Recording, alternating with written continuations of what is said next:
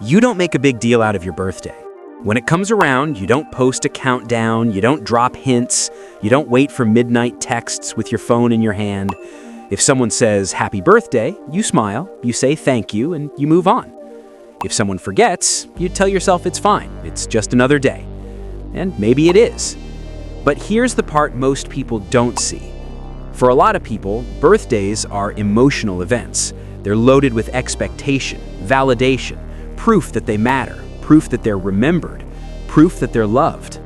So when you treat it like a normal Tuesday, that says something deeper about how your mind works. If that's you, stay with me, because what looks simple on the surface is actually a rare psychological pattern underneath. And if you're someone who wants to understand yourself at a level most people never reach, this channel is built for you.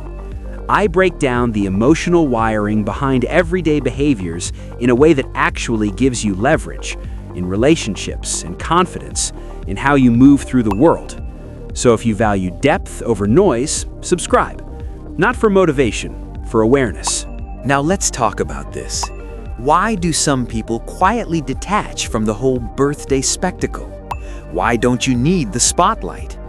Why does it almost feel uncomfortable when too much attention is on you? The first layer is this: your sense of identity isn't built on external markers. From a psychological standpoint, most humans are wired for belonging. Your brain has ancient circuitry designed to scan for signs of acceptance. When people remember your birthday, post about you, celebrate you publicly, your nervous system reads that as social safety, inclusion, tribe confirmation. That hit of validation releases dopamine. It feels good, not because you're shallow, because your brain equates social recognition with survival. But if you treat your birthday like any other day, it usually means something different is regulating your sense of worth. You don't rely heavily on external confirmation to stabilize your identity. That's rare. Some people learned early that attention is unpredictable.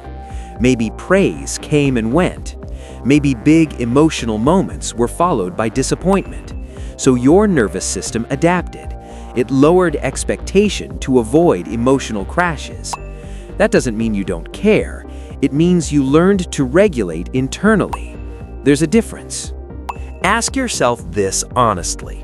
When your birthday approaches, do you feel excitement or do you feel a subtle tension you don't talk about? Is there a quiet voice that says, let's not make it a big deal, that way nothing can hurt? That voice isn't cold, it's protective. Your brain is incredibly efficient at avoiding unnecessary emotional risk. If you've ever felt forgotten before, not just on a birthday, but in life, your system learns something powerful. Don't attach too much meaning to public gestures. So you detach. And on the surface, it looks like indifference, but underneath, it's emotional self-sufficiency. Here's where it gets interesting. People who treat birthdays like normal days often have a strong internal locus of control. That means your emotional state isn't easily hijacked by outside events. You don't wake up thinking, today determines my value. You wake up thinking it's another day to live. That sounds simple, but psychologically, that reflects maturity.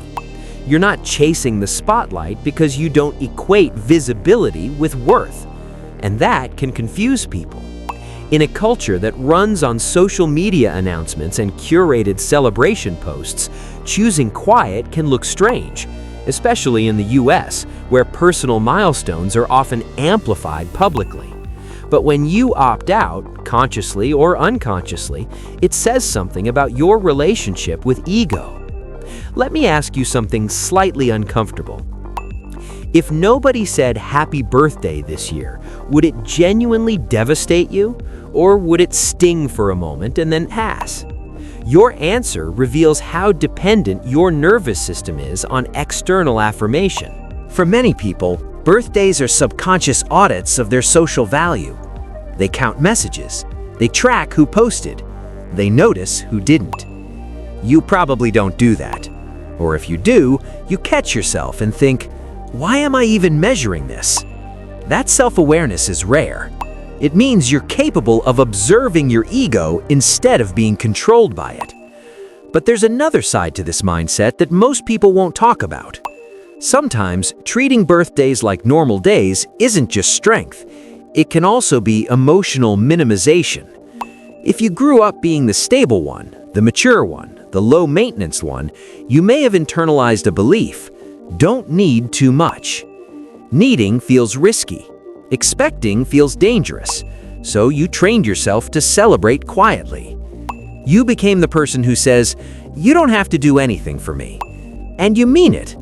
But here's the question beneath that. Do you never need it, or did you just learn not to ask? Stay with that, because this is where the psychology deepens. There's a difference between not craving attention and not allowing yourself to receive it. When someone throws you a surprise party, how do you feel? Genuinely happy or slightly overwhelmed? That overwhelmed feeling isn't about dislike, it's about unfamiliar territory. Your nervous system isn't used to being the focal point. You feel exposed, and exposure triggers vulnerability. Birthdays center you, they spotlight you, they make people say things about you. For someone who operates privately, that can feel intense.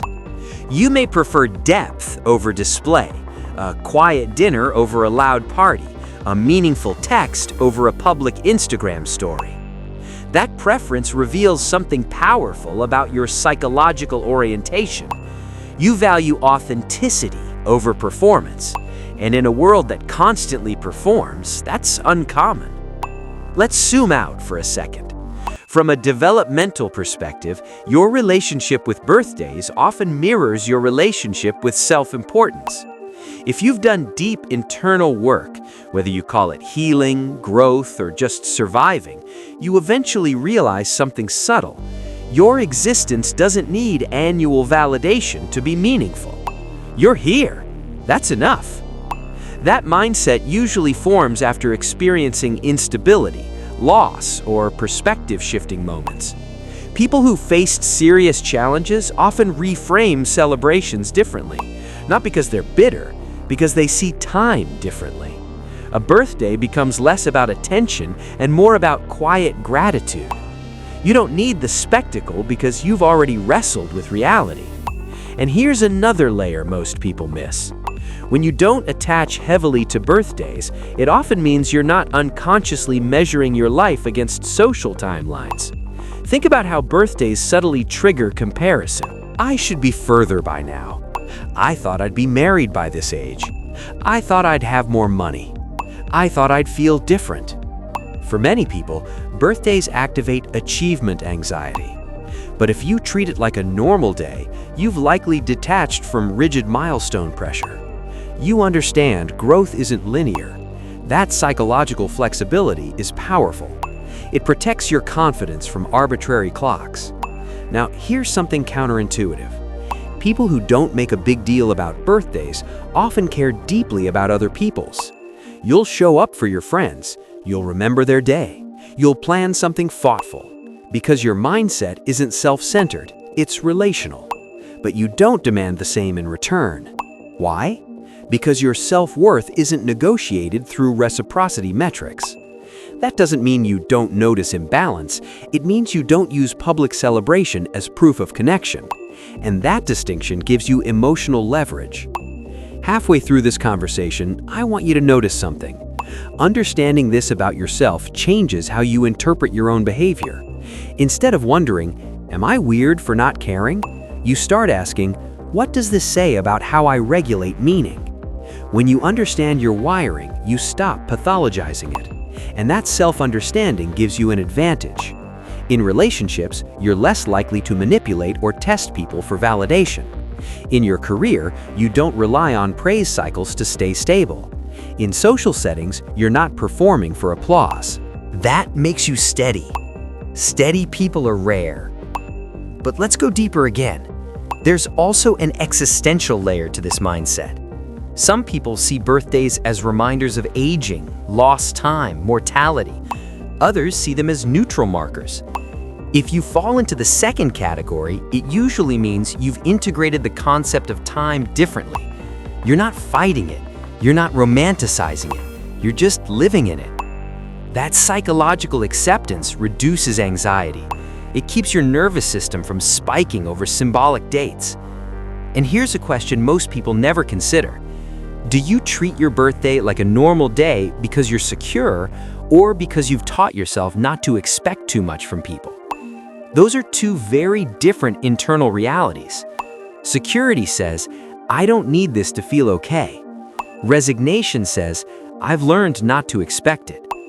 Only you know which one is true. If it's security, that's strength. If it's resignation, that's a pattern worth gently examining. There's no judgment either way, just awareness.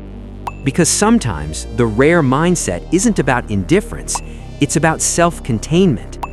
You've built an internal home that doesn't collapse when external celebration fluctuates. You don't outsource your significance. That's powerful. But remember, strength doesn't mean isolation. If someone wants to celebrate you, letting them isn't weakness, it's connection. And here's something beautifully paradoxical. The people who treat birthdays like normal days are often the ones who have done the most quiet growing. You don't need the annual reset to reinvent yourself. You evolve consistently, privately, without announcement. And that steady evolution compounds over time. While others wait for milestone moments to change, you adjust daily. Small habits, small reflections, small corrections. That mindset creates depth. And depth isn't loud, it's grounded. So if your birthday passes like any other day, maybe that's not apathy. Maybe it's perspective. Maybe you've realized that your worth isn't seasonal. It doesn't spike once a year and drop afterward. It's constant. But here's the final layer I want to leave you with. Even if you treat it like a normal day, pause for a moment when it comes around. Not for attention, not for applause, but for acknowledgement. You've survived another year. You've learned things nobody clapped for. You've endured moments nobody saw. You've grown in ways that won't show up in a highlight reel. That deserves quiet recognition, not from the world, from you. Because the rare mindset isn't about rejecting celebration, it's about not depending on it. And when you reach that point, when you can exist without needing constant reflection from others, you move differently, calmer, less reactive, more self-contained. And in a culture addicted to being seen, being internally secure is almost rebellious. So if birthdays feel ordinary to you, maybe that's not because you're disconnected. Maybe it's because you're anchored. And anchored people don't need fireworks to know they matter. They just wake up, breathe, and continue building, quietly, confidently, on their own terms.